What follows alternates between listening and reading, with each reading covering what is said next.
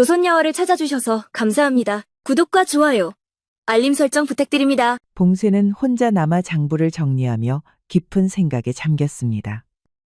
오늘도 성실히 일했지만 마음 한구석에는 늘 아쉬움이 남았지요. 기회만 준다면 훨훨 날아갈 텐데 말입니다. 봉쇄가 돌아오자 어머니는 반가이 맞았습니다. 상위에는 손수 지은 저녁상이 가지런히 차려져 있었지요. 아이고, 하루 종일 서서 고생 많았겠다. 어서 손부터 씻고 식사 들거라. 따뜻할 때 먹어야지. 예, 어머님. 봉쇄는 오늘 번 돈을 꺼내 보여드렸습니다. 어머니의 눈빛에는 걱정과 고마움이 엇갈려 담겼지요. 몸은 괜찮으냐? 무리하지 말고 천천히 해라. 봉쇄야, 너처럼 사리 분별 잘하고 성실한 자식이 또 있겠나. 봉쇄는 멋쩍은 듯이 빙긋 웃었습니다. 그리고 머뭇거리며 오늘 들었던 이야기를 꺼냈습니다. 들으니 김시댁 아들내미가 이번에 향교에 들어갔다 하더라고요. 진사댁에 사환으로 들어가 공부도 배운다 하니 참운도 좋지요. 그렇구나. 참으로 좋은 기회겠어. 그 말 끝에 봉쇄의 눈빛이 스쳤습니다. 그 또한 장사만으로는 넘기 힘든 세상의 벽을 알고 있었지요. 허나, 우리야, 우리 살기를 가는 게지. 배운 사람들 사이에 섞여 산다고 다 복 있는 것도 아니란다. 예, 어머님. 사람답게 부끄럽지 않게 살아가는 것이 더 귀한 일이지요. 어머니가 잠든 뒤 봉쇄는 홀로 마루 끝에 앉아 깊은 생각에 잠겼습니다. 장사는 성공하여 돈은 풍족하지만 넘을 수 없는 벽을 끊임없이 의식하고 있었지요. 봉쇄는 말없이 주먹을 쥐었습니다. 현실에 순응하면서도 마음속 어딘가에서는 더 큰 세상을 향한 길을 포기하지 않고 있었지요. 다음 날 장터는 평소와는 다른 웅성거림으로 가득했습니다. 상인들 사이에서 어젯밤 벌어진 일에 대한 말들이 오갔지요. 자네들, 어젯밤 시장 뒷골목에서 일어난 일 들었는가? 정말 기이한 일이 있었더구먼. 무슨 일인가? 도둑이라도 들었나? 그게 아니고 몰락한 양반대 교수가 밤마다 몰래 돌아다니면서 귀한 물건들을 판다더군. 봉쇄는 손에 들고 있던 비단을 잠시 내려놓고 귀를 기울였습니다. 양반 교수가 직접 장사에 나섰다니 도무지 믿기 어려운 이야기였지요. 나도 들었소. 그 규수가 어찌나 고왔는지 보는 이들마다 입을 다물지 못했다지. 양반이 몰락하면 그런 일도 생기지. 그런데 젊은 처자가 체면이야 말할 것도 없겠구려. 그런데 말이오, 그 교수가 파는 물건들이 예사롭지 않다더군. 궁중에서나 볼 법한 장신구며 비단들이라던데. 그 이야기를 들은 봉쇄의 마음엔 묘한 호기심이 피어올랐습니다. 혹시 그 규수를 직접 보니가 있어? 박서방도 관심이 있나 보이. 헌데 양반과 일에 우리 같은 아래 것이 끼어들면 좋을 것이 없어. 관심이라니요. 그냥 안타까운 마음이 들어서 그렇습니다. 봉쇄는 하루 종일 이야기를 머릿속에서 떨칠 수 없었습니다. 양반과 교수의 처지에 대한 동정심과 함께 직접 확인해 보고 싶었습니다. 봉쇄는 어머니에게는 말하지 않고 혼자만 고민하였습니다. 해가 질 무렵 봉쇄는 혼자 남아 깊은 생각에 잠겼습니다. 그 교수에 대한 호기심이 점점 커져갔지요. 그리고 결국 오늘 밤 직접 시장 뒷골목으로 가봐야겠다고 결심했습니다. 밤이 깊어가던 무렵 봉쇄는 조심스레 시장 뒷골목으로 발을 옮겼습니다. 등불 하나 없는 어둠 속 오직 달빛만이 길을 비추고 있었습니다. 그때 저만치 희미한 불빛 하나가 깜박였습니다. 봉쇄는 숨을 죽인 채 그 빛을 향해 다가갔지요. 그곳에는 과연 소문처럼 한 여인이 고요히 자리를 틀고 앉아 있었습니다. 곱게 갠 비단이며 정교한 장신구들이 좌판 위에 펼쳐져 있었지요.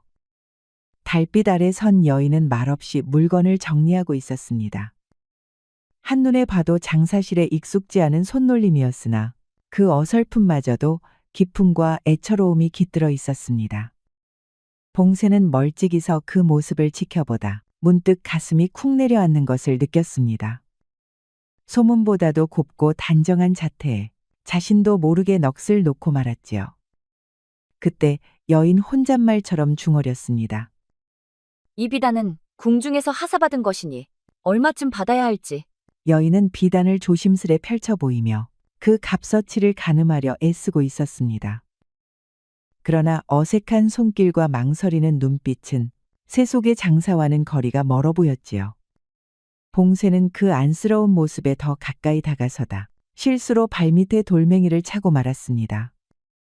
또르르 구르는 소리에 여인이 고개를 획 들었습니다. 누구시옵니까? 거기 누구 계신 것이옵니까? 봉쇄는 당황하여 그 자리에 얼어붙었다가 조심스레 어둠에서 걸어 나왔습니다. 여인의 눈빛엔 잠시 놀람과 경계가 어렸지만 그의 낯빛에서 악의가 없음을 읽은 듯 했지요. 놀라시게 하여 죄송합니다. 저는 이 장터에서 비단을 파는 봉쇄라 하옵니다. 혹여 소문이 사실인가 싶어 조심스레 찾아왔사온데. 여인은 한 손으로 소매를 여미며 그를 살펴보았습니다. 곱게 매만진 얼굴에 피곤이 깃들어 있었지만 그 속에선 낯선 일을 맡는 침착함도 엿보였습니다. 비단 장사라 하셨습니까? 그렇다면 혹시 이 물건들의 값을 정확히 아실 수 있겠군요? 여인의 눈빛에는 희미한 기대와 조심스러운 두려움이 함께 담겨 있었습니다. 봉쇄는 조심스럽게 좌판 앞으로 다가가 비단과 장신구들을 하나하나 살폈습니다. 손끝으로 짚어보는 그 움직임은 익숙하고도 단정했지요. 이건 천국 소주의 주단으로 보이옵니다. 고운 색감의 결도 고르니 품질은 중간 이상 되겠고요. 이 장신구는 아씨께선 모르셨겠지만 이 문양은 궁중 혼례 때 쓰이던 것과 비슷하옵니다. 여인은 말없이 고개를 끄덕였습니다. 누구보다 소중하게 간직해온 물건들이었기에 그 값을 제대로 알아봐주는 눈앞의 사내가 순간 낯설게 느껴졌지요. 가격은 사정이 급하신 줄은 알지만 함부로 깎을 물건들이 아니옵니다. 다만 이 밤중에 이걸 내놓을 수밖에 없으셨다니. 아쉽게 무슨 사정이 있으신 것이겠지요. 그제야 이화영의 얼굴에 잠시 그늘이 드리웠고 봉쇄는 늦게서야 조심스럽게 물었습니다. 실례가 안 된다면 어쩌다 일이 되신 겁니까? 여인은 고개를 숙이며 짧은 숨을 내쉬었습니다. 잠시 뜸을 들이던 그녀는 떨리는 목소리로 말했지요. 집안은 빚에 몰려 살림이 기울었고 얼마 전에는 종들마저 뿔뿔이 흩어졌습니다. 여인은 좌판 위에 장신구 하나를 가만히 쓰다듬었습니다. 희미한 미소 속에 자존을 꾹 누른 여인의 체념이 깃들어 있었지요. 허나 어머니께서 남기신 이 물건들만은 아무에게나 넘길 수가 없었습니다. 그래도 이제는 더 이상 버틸 수가 없어 이렇게 나오게 되었습니다. 봉쇄는 말없이 그녀를 바라보았습니다. 고상한 말투와 서글픈 눈빛, 몰락한 집안을 지키려는 절박함이 그녀의 한마디 한마디에 배어 있었습니다. 제 이름은 이화영입니다. 혹여 그리 기억해 주신다면 화영의 눈가에 맺힌 슬픔을 보며 봉쇄는 말없이 속이 저려오는 것을 느꼈습니다. 귀한 자태와 다르게 그녀의 삶은 한겨울 바람처럼 시려 보였지요. 저는 비록 보잘것없는 상인입니다만 이런 물건들의 가치는 분명히 알아볼 수 있사옵니다. 그렇다면 정말 이 물건들을 제값받고 팔 수 있는 방도를 아십니까?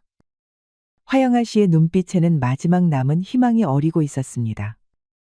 봉쇄는 잠시 망설이다 고개를 끄덕였습니다. 아씨께서 허락하신다면 힘 닿는 데까지 도와드리겠사옵니다. 그 순간 달빛 아래에서 두 사람의 눈빛이 마주쳤습니다.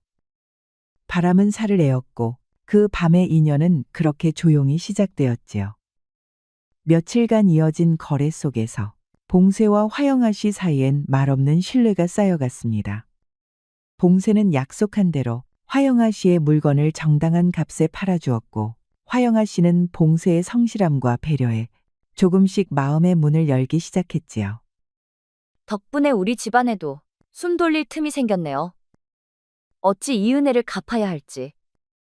저는 그저 해야 할 도리를 다했을 뿐이옵니다. 허나 감히 드릴 말씀이 하나 있사옵니다. 무슨 말씀이신지요? 아씨를 처음 뵌 그날 이후로 저의 마음 한 자락이 자꾸만 그 곁을 맴돌았사옵니다. 분수에 넘치는 줄 알면서도 잊히질 않사옵니다. 그 말에 화영은 놀라 입술을 다물지 못했습니다. 그러나 이내 고개를 돌려 차가운 밤바람을 피하듯 숨을 고르더니 조용히 말을 이었습니다. 그대의 마음이 장난이 아니라는 건 알 수 있사옵니다. 하오나, 저는 양반가의 자손이옵니다. 이 마음 어디에 두어야 할지 스스로도 모르겠사옵니다. 신분이 어찌 사람의 마음을 맑게 싸웁니까? 세상이 허락치 않더라도 저의 마음만은 진실하옵니다. 아씨께 해를 끼치지 않도록 늘 조심하겠사옵니다. 화영아 씨는 말없이 부채로 입을 가렸습니다. 그러나 그 눈빛 속에는 더 이상 숨기지 못할 기미가 번지고 있었지요. 그런 말씀을 하실 줄은 정녕 몰랐사옵니다. 하오나 마음을 들은 이상 저도 더 숨길 수 없을 듯하옵니다. 두 사람은 마주한 채 한참을 말없이 앉아 있었습니다. 어느덧 봉쇄가 살며시 손을 내밀었고 화영은 잠시 머무시다 그 손을 맞잡았습니다. 이런 일이 정말 일어날 줄은 몰랐사옵니다. 아씨를 생각하는 이 마음만큼은 하늘 아래 거짓이 아니옵니다. 봉쇄님께서 함께 계신다면 그 어떤 시련도 견딜 수 있을 것 같사옵니다. 어떤 일이 닥치더라도 제가 아씨 곁을 지킬 것이옵니다. 그러나 둘 다 알고 있었습니다. 그들의 사랑이 세상에서 쉽게 용납될 수 없다는 것을. 기쁨과 두려움이 뒤섞인 조용한 떨림이 그 밤의 골목을 감싸안고 있었습니다. 갑작스러운 외침 소리가 고요한 새벽을 깨뜨렸습니다. 화영아 씨의 아버지가 딸을 급히 불러들였지요. 화영아, 당장 이리 나오너라. 무슨 짓을 저질렀는지 다 알고 있다. 화영아 씨는 이대감의 호통 소리에 놀라며 사랑채로 달려왔습니다. 이대감의 얼굴은 분노로 일그러져 있었지요. 무슨 일로 그리 화를 내시는지요? 무슨 일이냐고? 네가 밤마다 시장 뒷골목에서 상놈과 만나고 다닌다는 소문이 온 동네에 퍼졌다. 이것이 무슨 일이 아니란 말이냐? 화영아 씨의 얼굴이 창백해졌습니다. 아버지가 봉쇄와의 관계를 알게 된 것이었지요. 아버님, 그분은 상놈이 아니옵니다. 우리 집안을 도와주신 은인이시지요. 은인이라고? 상인 주제에 우리 가문에 손을 댄 것도 모자라 네 마음까지 빼앗았다는 말이냐? 이 몰상식한 거사. 정호는 부들부들 떨며 화영아 씨를 꾸짖었습니다. 몰락했어도 양반은 양반이라는 자존심이 정호를 더욱 분노하게 만들었지요. 봉쇄님은 진심으로 저를 아껴주시는 분이옵니다. 신분이 다르다고 해서 우리는 비록 몰락했지만 조선의 양반이다. 상놈과 어울릴 수는 없는 일이다. 당장 그 상놈과의 관계를 끊어라. 그리고 내일부터 집 밖으로 나가는 것을 그만다. 그럴 수는 없사옵니다. 닥치거라. 더 이상 듣고 싶지 않다. 그리고 너는 이제 김진사대 혼인이나 준비하거라. 그건 너무 심하시옵니다. 심하다고? 가문의 명예를 더럽히는 짓보다야 낫지 않느냐? 김진사는 양반이다. 상놈보단 천배는 낫다. 저는 봉쇄님 아니면 그 누구와도 혼인하지 않겠사옵니다. 이 고집불통 같은 계집아. 내 뜻이야 어떠하든 일주일 뒤 김진사와 혼례를 올리겠다. 그때까지 방에서 나오지 말거라. 화영아 씨는 방으로 돌아와 이불을 끌어안고 앉았습니다. 가슴은 무너지고 앞길은 캄캄하였지요. 봉쇄에게 전할 길조차 끊긴 현실이 더욱 잔혹하게 느껴졌습니다. 화영아 씨는 입술을 깨물며 눈물을 삼켰습니다. 사랑하는 사람과의 인연이 허무하게 끊기려 한다는 사실이 믿기지 않았지요. 며칠째 봉쇄는 밥숟가락을 들지 못한 채 방 안에 앉아 있었습니다. 화영이 감금되었다는 소식과 강제 혼례가 추진된다는 말을 듣고 정신이 망연하여 아무것도 손에 잡히지 않았지요. 봉쇄야, 이게 무슨 일이냐? 며칠째 끼니도 안 들고 도대체 무슨 일이 있었느냐? 제가 분수를 모르고 너무 큰 마음을 품었사옵니다. 무슨 말이냐? 무슨 큰일을 저질렀단 말이냐? 제가 양반가의 여식을 사모하게 되었사옵니다. 헌데 그댁 아버지이신 이대감께서 이를 아시고 뭐라고? 봉쇄야, 네가 정신을 놓은 것이냐? 어머니는 깜짝 놀라며 아들의 말을 되묻고는 손에 쥔 수건을 놓아버렸습니다. 감히 상민이 양반 교수를 사모한다니 그야말로 꿈에도 없던 일이었지요. 처음엔 그저 도와드리고 싶은 마음뿐이었습니다. 허나 시간이 흐르며 그분의 슬픔과 고단함이 자꾸 마음에 남았사옵니다. 아이고, 이를 어쩌면 좋으냐? 하늘과 땅만큼 신분이 다른데 어찌 그런 마음을 품었단 말이냐? 봉쇄는 어머니의 표정을 보며 더욱 자책하였습니다. 그의 무모한 마음이 어머니까지 괴롭게 만든 것이 더할 나위 없이 미안하였지요. 어머님의 말씀이 모두 옳사옵니다. 제가 분수를 모르고 착각하였사옵니다. 상놈이 양반을 넘본 것, 그 자체가 죄이옵니다. 그 마음은 안쓰럽지만 세상 이치는 쉽게 바뀌지 않는다. 우리는 상놈이고 그분들은 양반이시다. 하오나 그 아씨가 일주일 후에 다른 이와 혼인한다 하니 가슴이 찢어지는 듯하옵니다. 아이고, 내 아들아. 그리 깊이 마음을 주었구나. 어미가 미처 몰라주어 미안하다.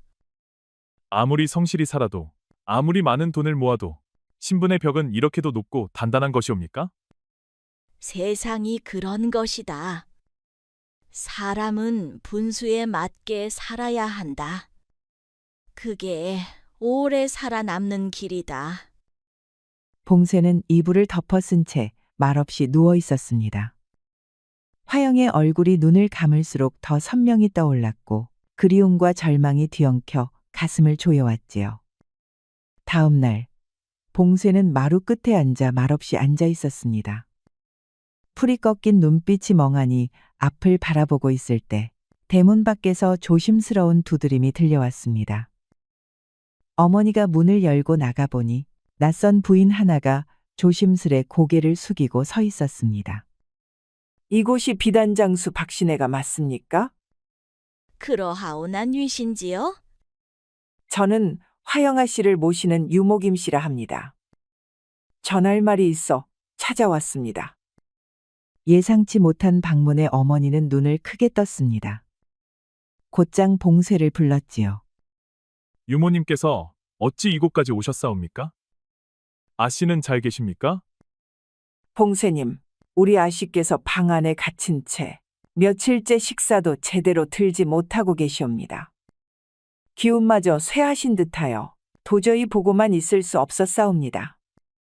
모든 것이 제 탓입니다. 아닙니다. 우리 아씨 또한 봉쇄님을 진심으로 사모하고 계십니다. 헌데 이대감 나리의 고집이 워낙 완고하여 감히 뜻을 꺾을 수가 없습니다. 봉쇄는 유모의 말을 들으며 가슴속 어딘가에 희미하게 남아있던 불씨 하나가 다시 살아오르는 것을 느꼈습니다. 허나 현실은 여전히 두텁고 높았지요. 그러하다 하여도 제가 무엇을 어찌할 수 있겠사옵니까? 이대감께서 허락하지 않으시니 길이 막힌 듯하여 답답할 따름이옵니다. 그래서 제가 한 가지 방도를 생각하여 왔습니다. 혼례 전날 밤 아씨를 직접 만나실 수 있도록 제가 그 길을 마련해 드릴 수 있습니다. 정말 그런 일이 가능하옵니까? 저는 아씨를 젖먹일 적부터 곁을 지켜왔습니다. 아씨의 슬픔이 곧 저의 슬픔이오니 이대로 혼인날까지 두 눈 뜨고 지켜볼 수가 없습니다. 다행히 주인나리께선 밤마다 술에 취해 깊이 잠드시는 습이 있으시옵니다. 그 틈을 타 뒷문으로 나리께서 들어오시면 아씨와 조용히 마주하실 수 있을 것이옵니다. 하오나 유모님께서 그런 위험까지 감수하실 필요는 없사옵니다. 들키시기라도 한다면 무사치 않으실 텐데요. 우리 아씨가 불행하다면 저 또한 평생 마음 놓고 살 수 없사옵니다. 이번이 마지막 기회일지도 모른다 여겨 감히 나선 일이옵니다. 봉쇄는 유모의 깊은 정성과 결기에 말문이 막혔습니다. 절망에 잠긴 마음에 다시금 희망이 스며드는 듯하였지요. 이 은혜를 어찌다 갚을 수 있겠사옵니까? 우리 아씨를 진심으로 아끼신다면 그 마음이면 족하옵니다.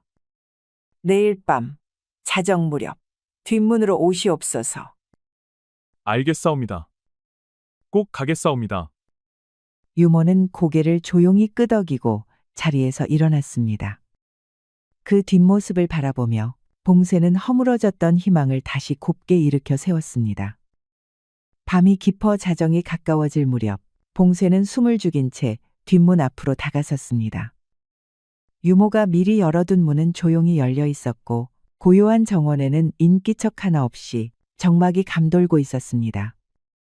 그 순간 정자 뒤편으로 치마자락 하나가 살짝 보였고 봉쇄는 가슴이 덜컥 내려앉는 듯하였습니다.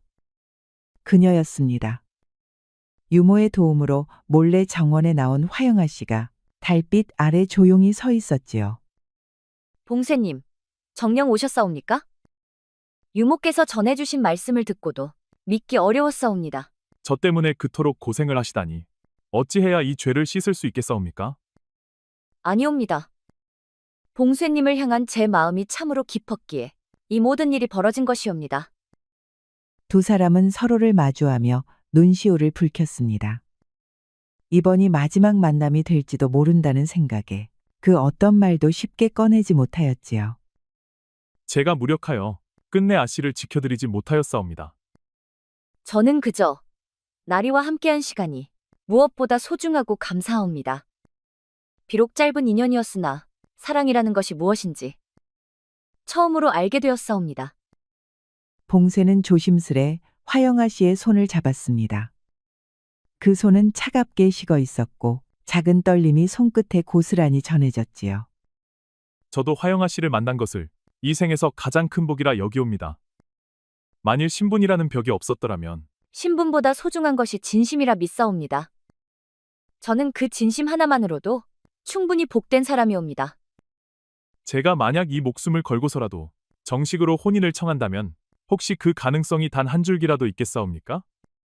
제발 그런 위험한 일은 마시옵소서. 아버님의 성정은 누구보다 잘 알고 계시지 않사옵니까? 허나 봉쇄의 마음속에는 이미 지울 수 없는 결심이 자리하였습니다. 화영을 다시 놓칠 수는 없다는 확고한 의지가 심장을 짓누르고 있었지요. 아씨를 위해서라면 목숨마저 아깝지 않사옵니다. 모든 것을 잃는다 해도 이 마음 하나만은 잃지 않겠사옵니다. 그런 말씀 마시옵소서. 저로 인해 나리께서 다치시게 된다면 차라리 이 마음을 거두겠사옵니다. 아닙니다. 진정한 사랑이라면 그 어떤 대가라도 감내할 값어치가 있사옵니다. 봉쇄는 그녀를 조심스레 끌어안았습니다. 화영도 더는 피하지 않고 그의 품 안에 조용히 몸을 맡겼지요. 두 사람의 눈가엔 말없이 흘러내리는 눈물만이 고여 있었습니다. 전 재산을 걸고서라도 이대감 나리를 설득해 보겠사옵니다. 만일 아씨와 함께할 수 없다면 제 삶은 아무런 의미가 없사옵니다. 화영아 씨는 봉쇄의 단단한 목소리에 가슴이 요동치는 것을 느꼈습니다. 그가 품은 사랑이 얼마나 깊고 지극한지 더는 의심할 여지가 없었지요. 저 또한 봉쇄님과 함께라면 그 어떤 시련이라도 견뎌낼 수 있을 것 같사옵니다. 그리하여 그날 밤 두 사람은 비로소 진심으로 서로를 확인하였사옵니다. 이제 봉쇄에겐 모든 것을 걸고 싸워야 할 이유가 생겼던 것이지요. 날이 밝기도 전 봉쇄는 상점 문을 열고 하루치 장사를 준비하는 대신 자신의 전 재산을 하나둘 꺼내어 상 앞에 펼쳐놓기 시작하였습니다.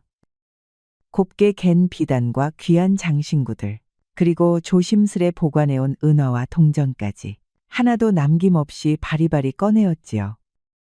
박 총각, 이게 대체 무슨 일이오? 무슨 연유로 이른 아침부터 모든 물건을 내놓고 계시오? 급히 큰돈이 필요하게 되었사옵니다. 이 물건들을 모두 팔아 자금을 마련하려 하옵니다. 큰돈이라니 혹 급한 일이라도 생긴 것이오. 봉쇄는 잠시 말을 아끼다 정색한 얼굴로 상인들을 향해 고개를 숙였습니다. 사실 제가 양반과 규수를 사모하게 되었사옵니다. 허나 이대감나리께서 이를 결단코 반대하시어 그 벽을 넘지 않으면 아씨를 지켜드릴 수 없게 되었사옵니다. 뭐라 하셨소? 양반과 규수를? 박 총각, 제 정신이시오? 그런 일이 어찌 가능하다 생각하시오. 여러분 말씀이 모두 옳사옵니다. 허나 제겐 아씨가 세상 무엇보다 소중하옵니다. 그분을 위해서라면 모든 것을 걸 각오가 되어 있사옵니다. 그래서 이 모든 걸 팔아 큰 돈을 마련하시겠다는 것이오. 그건 너무도 무모한 짓이오. 제가 가문의 빚을 대신 갚아드릴 생각이옵니다. 재물로라도 진심을 증명할 수 있다면 혹여 마음을 돌리실지도 모르옵니다.